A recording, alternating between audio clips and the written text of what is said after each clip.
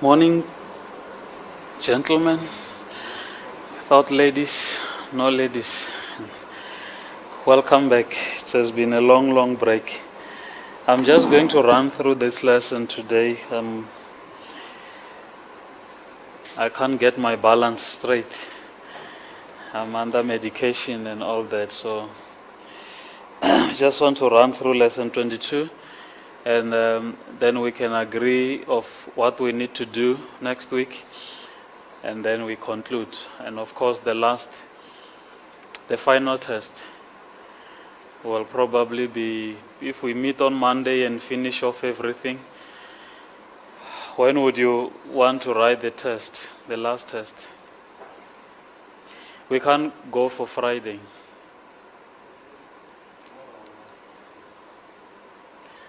Will it be better to write on Tuesday while the lesson is still fresh in your mind? Is it okay? Agreed?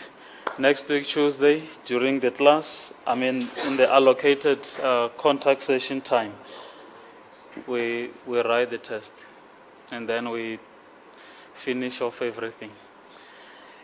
And then I'll be done with you. I'll see you in your third year. I take a break. Your faces has become too much to me. So, okay. Let's get to lesson 22. It's very straightforward lesson, and here are some of the study outcomes that which I want us to get after this lesson. We are busy with liquid verbs.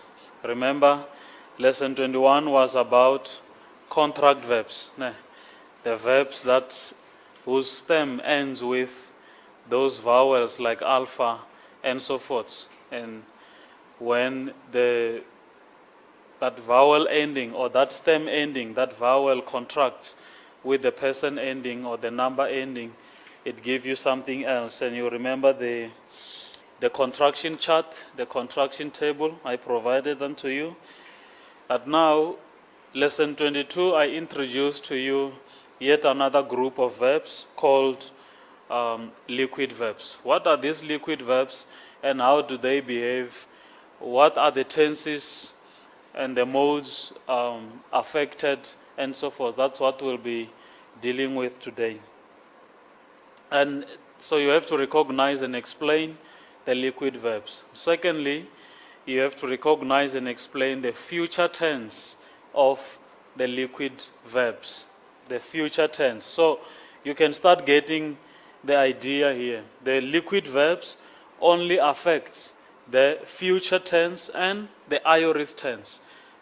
Only the future and the aorist. As for the rest, it's the same story. Okay? So you will have to recognize and explain all the future tense of the liquid verbs. You recognize and explain the first aorist liquid verb, something I've just said now. It only affects the future and the first aorist. And then I will also introduce to you, recognize and explain the form of liquid verbs. We will get the list of them in page 133. Basically, when you look at your vocabulary list of lesson 22, many of those verbs are liquid verbs, so they are already introduced to you then. And then we will have a look at the reciprocal pronoun. What do we mean by reciprocal? When something is reciprocal, what do we mean by that? We will learn about that today. And also the possessive pronouns. The possessive pronouns. I will talk to you regarding that also today. So basically, we are looking at the future indicative active of the liquid verbs and the first aorist indicative active, and some list of liquid verbs and the reciprocal pronouns and the possessive pronouns. And then we are done. You will take it forward next semester, Mukesh, with lesson 23 to lesson 32. Okay. Let's look at, I'm introducing you now to the Greek, the so-called Greek liquid verbs. Die Griekse, ik weet niet of die Afrikaanse is dat niet, maar het zegt die Griekse laterale werkwoorden, the Greek liquid verbs. Okay?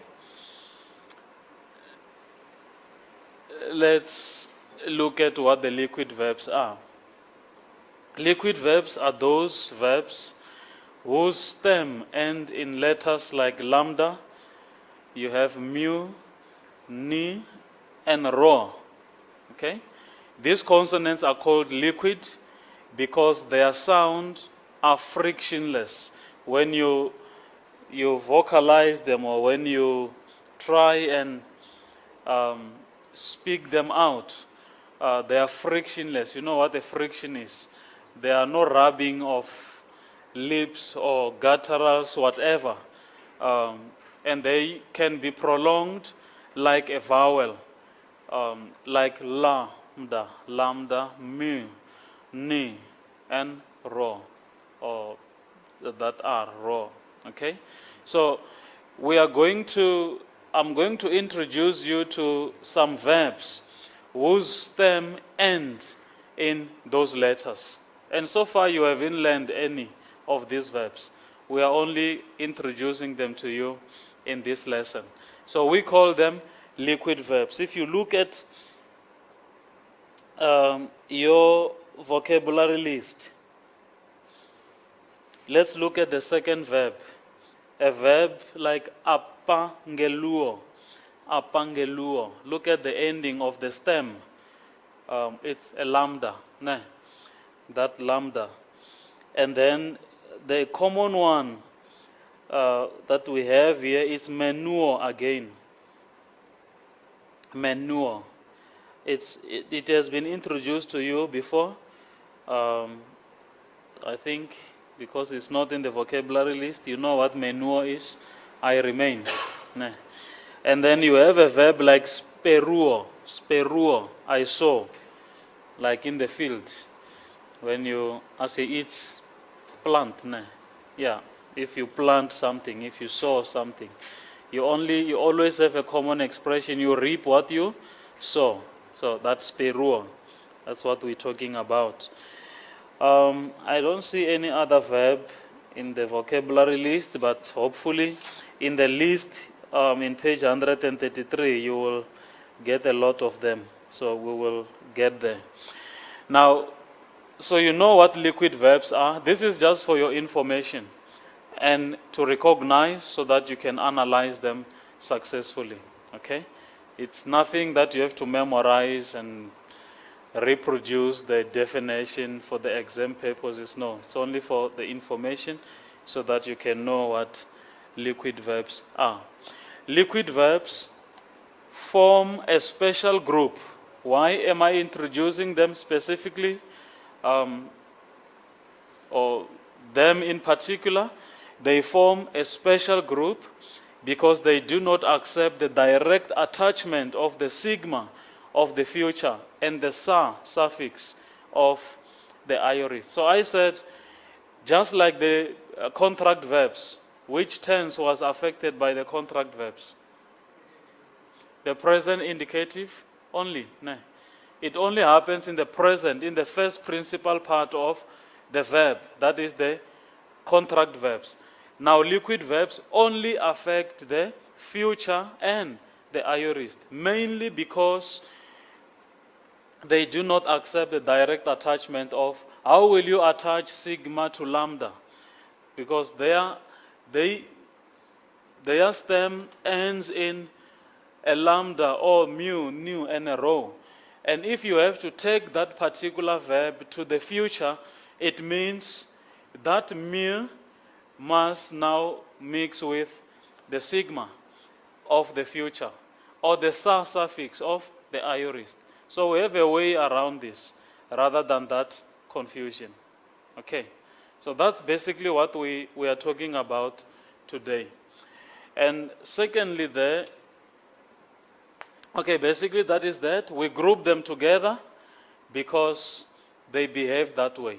they do not accept that attachment, the direct attachment of the sigma and the sa suffix of the aorist. So far, any problems, any questions? You understand what liquid verbs are and which tenses are affected and why?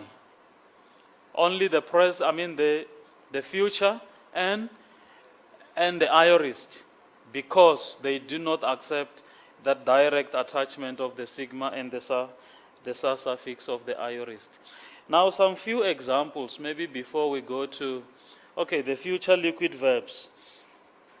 Future liquid verbs are formed or is formed by adding an epsilon suffix to the verb stem prior to the person number endings. This epsilon contracts. Again, we fall back to lesson 21. So there's a contraction that is happening.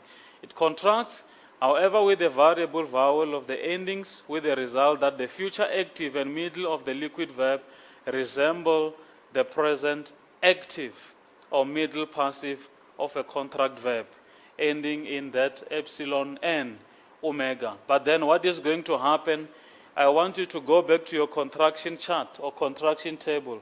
What happens when the epsilon contracts with an omega? And then we are done with the liquid verbs of manure. What happens when epsilon contracts with the omega?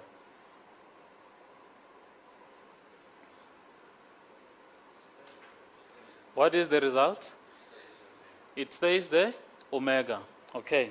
So let's look at the example there in page 131. The future active of manure. Look at that manure without sonora accent, without an accent. Ne. What does that mean? It's a present. It means I remain. But then taking it to the future, what happens? You only give it a circumflex. And what does it mean now? I will remain. Okay? That's the shortcut I was talking about. I will remain. Mukesh, you look surprised. Are you okay? How can we explain it? What? This is a liquid verb. It does not have to, more especially manure, it behaves in this way. So you don't have to follow the rule. We said they do not accept the direct attachment of sigma. Remember that definition. I said for your information. It is very confusing. It is? Sometimes we should explain like I remain. Yes. Because it's meaning. Mm-hmm. What is the implication by But manure without a circumflex. Note there. Did you note that? Look at the present form. Read that first sentence, that last sentence with me in page 131. You are in a wrong page. 131, page 131. Are you there? Chapter 22.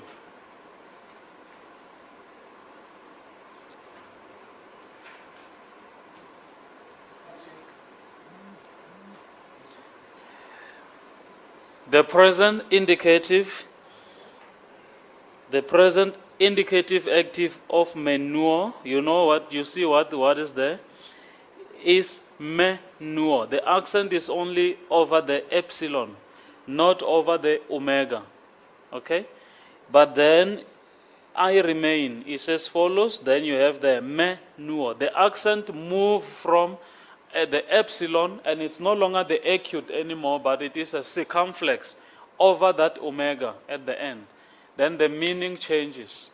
We're dealing with the future of manure because, note that, we're not talking about the direct attachment of the sigma suffix to their ending to form the future. This is how we form their future. Are you okay now? Okay. So you won't have any confusion. And I know I have not been emphasizing accentuation, the learning of accents. No. But I warned you one day, I said, now you must begin to switch on when it comes to the accents, because some words will have accents and some will not. And the presence and the absence of the accent means a lot. I have given you an example one day that a word like this, right? There's a difference. The other one is an indefinite. It talks about indefinite, a certain man or someone, not definite. But the other one will be the interrogative, what? Okay. Because of that only. The difference is there in your accentuation. So please look at that, more especially when we deal with liquid verbs and some contract verbs, the contraction. Okay. I'm just running through this now. The first aorist liquid verbs, just get the some information behind that. The liquid verbs form the first aorist active, or maybe I'm rushing too much. Have you had a chance of looking at the whole conjugation of manure? I will definitely give you that in the test so that you can learn them. Look at manure and then menace, menei. Everything else look like the present indicative active. Look at the first person plural, though. The accent is over the epsilon, and then you have that diphthong, that omicron and the epsilon. And then you have meneite again. The accent, that circumflex, is not going anywhere. It's always there. So something with a circumflex over it, then you must remember, more especially in the person ending. I'm not saying everything that will come with a circumflex will be a a liquid verb. But at least you will remember that this is how liquid verbs behave or conjugate. All right? So learn that conjugation, please. I will expect you to reproduce that and recognize and explain it successfully whenever you get it in the text. Now the aorist of the liquid verbs form the first aorist active and middle by adding the alpha suffix to the verb stem rather than the sigma. Remember, I said both of them don't take any sigma. All right? In the present indicative, what did we add? The epsilon. And the epsilon contracts with that u, or the person ending, the first person ending, and then it gives you the u omega with the circumflex. Now with the aorist, no sa suffix also, but then we put the alpha. Okay? We put the alpha, and I want to say something on regarding the stem. In addition, the verb stem changes, usually lengthening the stem vowel to compensate for the loss of the sigma. Let's look at that example in the book. Let's look at manure. I remain. The augment will be there. We're talking about the secondary tense.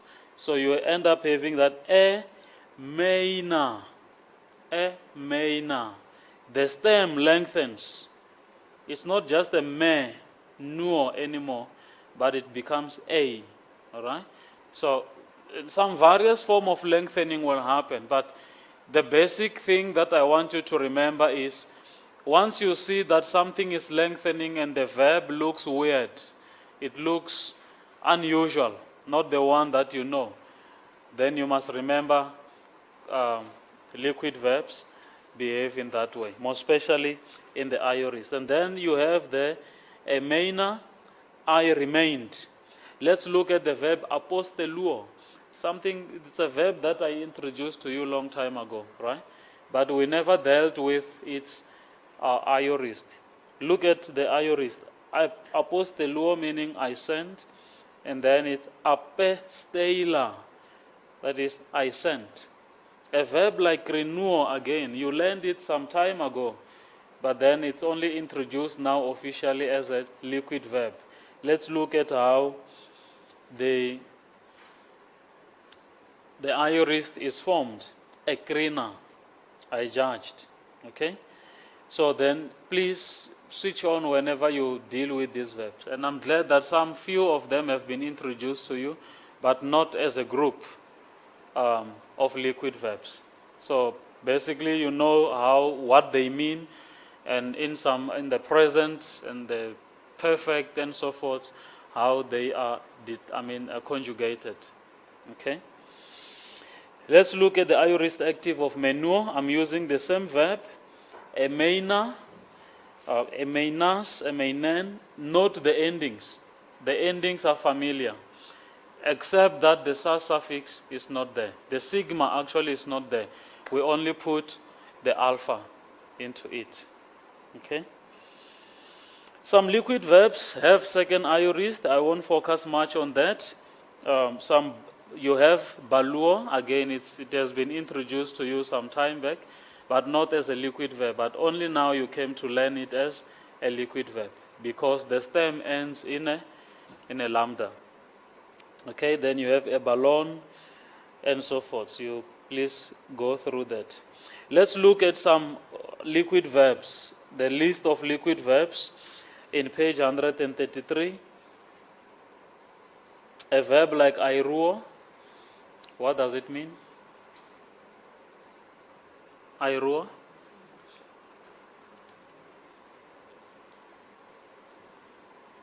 Airuo. So if it was the exam, you were coming back next year. Airuo, Danny? I raise up. Okay? Apangeluo, what does it mean?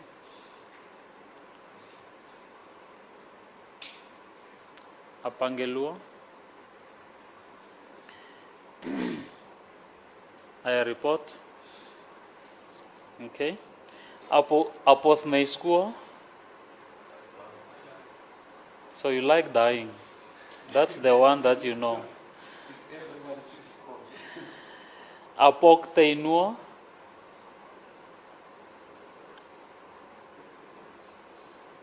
I kill. Okay. Aposteluo, Mukesh. I send. Baluo. I throw out. Okay. And then ageiruo. I raise up. No, is that I raise up?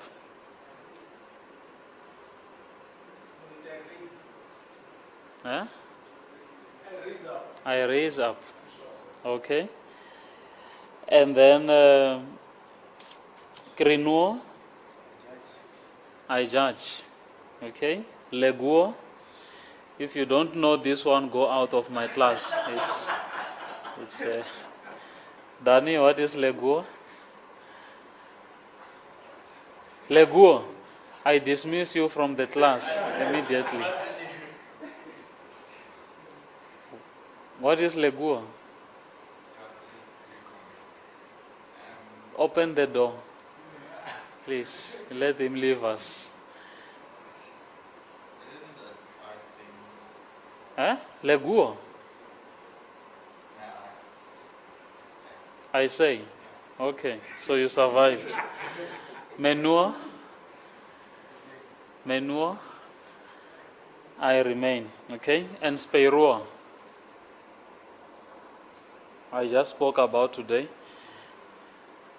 No, not sperma. But speiruo. I saw. Like plant. Yeah. Okay? So those are the some few liquid verbs. Note the future also of piptuo. We have talked about it already. Pesomai. You will remember that.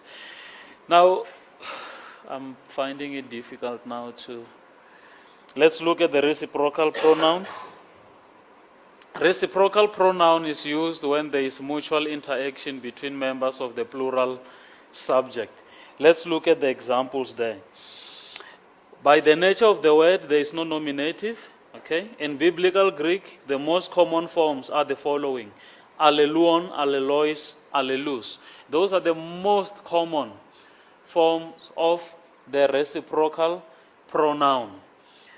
Reciprocal means it's happening, it's an interaction between the two. Okay? They have kind of a relation. You remember reciprocal aspect on the trigonometry in mathematics? Sine and cos, tan and what? Tan and? Huh? No. Cos and sine, tan and? Come on, you did not do mathematics. And cosec and whatever. Okay? Right. So that's what we call reciprocity or reciprocal nature of these two aspects or two particular things. Like when we talk about alleluon, of one another or each other. So we're dealing with the relationship between two things. Allelois in the dative, to or for one another. And then allelus, accusative, one another. So if I say they kill one another, I'm just using kill because, or die, or kill, yes, that's the one you know a lot. So if you kill one another, there's an action happening between two people. Okay? That's what we call a reciprocal. The example, let's look at the example in page 133. Elegon pros allelus. They were talking to one another. Not one person was talking, but as one person talks, the other one will also talk back. It's that interaction. Remember my definition there. The mutual interaction between members of the plural subjects. They were talking to one another. Mukesh, can you read the second example, the Greek?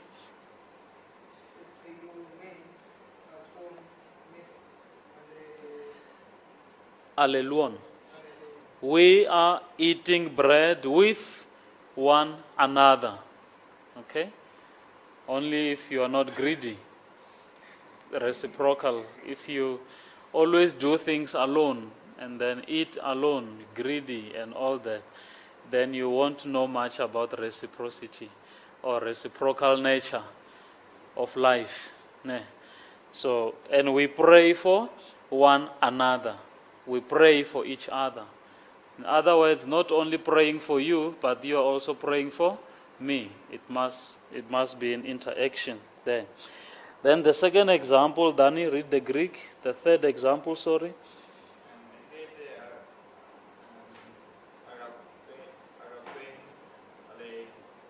Yeah, echete, agapen, allelois. Do you see the question mark at the end of that sentence? Okay, do you have love for each other? Do you have love for each other? So that's how the reciprocal pronouns are. I'm just introducing them to you that if you find them in the sentences or in the text, then you don't faint. You know what is all about. Okay. In short, let's finish up with the possessive adjectives again. Possessive adjectives, it's not something new. Well, it's new in this case, but we have been dealing with possession. How would we form the possession aspect in Greek? By the genitive, okay? The book of me, the book of my brother, the spirit of God, and so forth, okay? So we would use the genitive, and that's what I'm basically saying there. The most common way of expressing possession in biblical Greek is by a genitive case of a personal pronoun. Of a personal pronoun. That is a genitive case or a personal pronoun like my or our. Okay? And that's how we will form it. But there were also possessive adjectives. for first and second person only, corresponding to English, my, your, singular, our, and your, plural. Only first person and second person. And I'm introducing that to you. I just hope they are there. Yes, they are there. Page 131 in the vocabulary list. Let's go back to that. The fifth word, emos. Emos. Eme, emon. It's my or mine. It's a possessive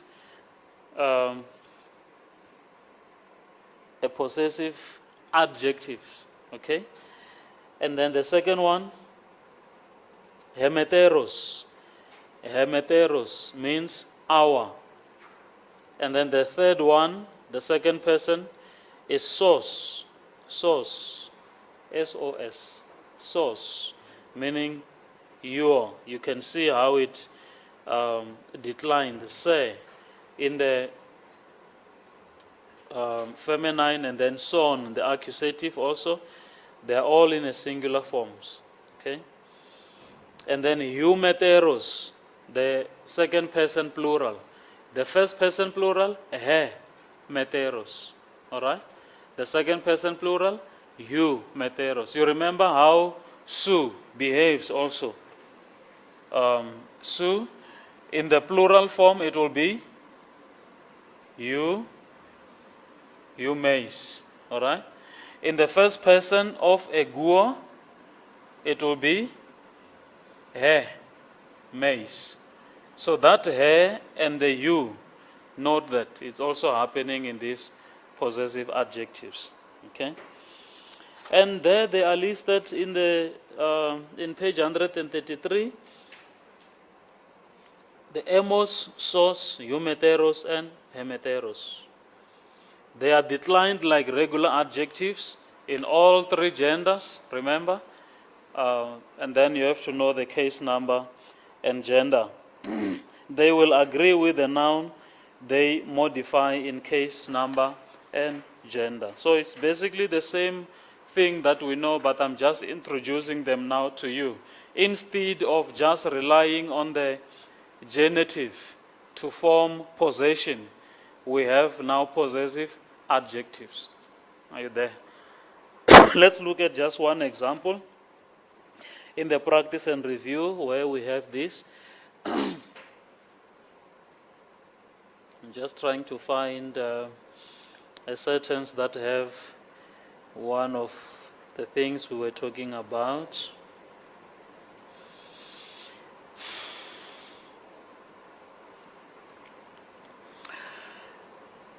Let's look at sentence 9. Sentence 9. Yanre, can you read this sentence for us, Greek?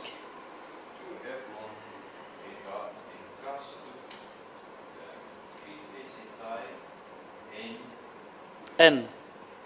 Mm-hmm.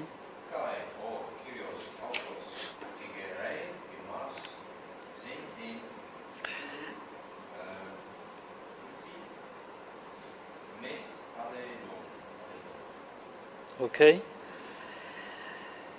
Do you see that alleluon at the end of the sentence? Can you pass it for us?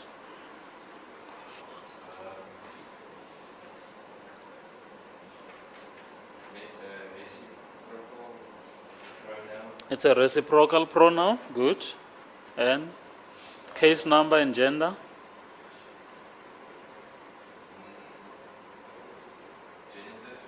Mm-hmm.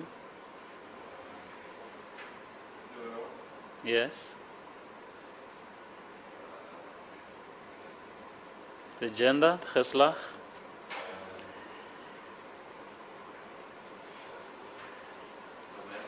Masculine.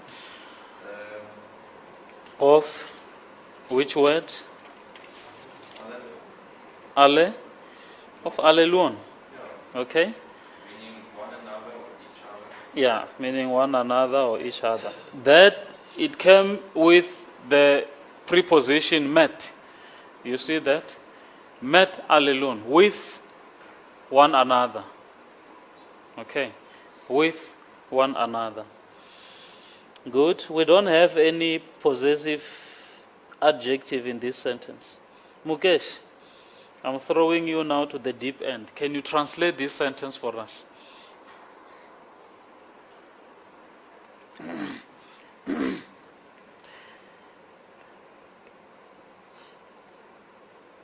work of Ekastos means? What does ekastos mean? The work of each, or of every,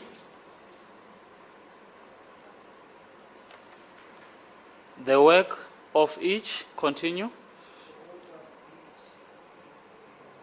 or each one, okay? Krithesetai, you have that fe and the se, then it reminds you of the future passive, right? will be judged Yes, the work of each will be judged. Will be judged. Okay? In Puri. What is Puri? Pur. What is Pur? Fire. Yeah. The work of each will be judged in the fire. Continue. and the Lord And then there's a special use of autos, and then it's an predicative position. Is it intensive or reflexive? What is that? Identical.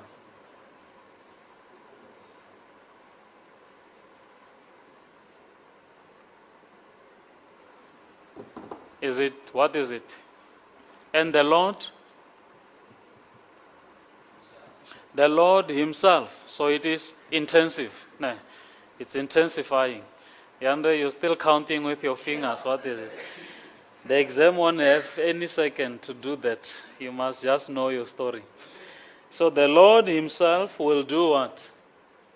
raise up Look at that circumflex over the iota at the end. What will the Lord Himself do? will raise So that is the future of the contract verb. Of the liquid verb, egeiro. So the Lord Himself will raise. Okay? Will raise what? Hemas. Will raise.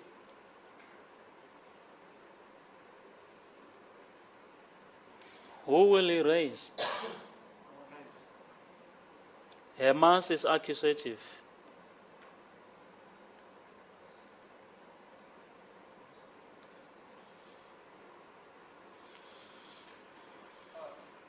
Will raise us, and then Zen,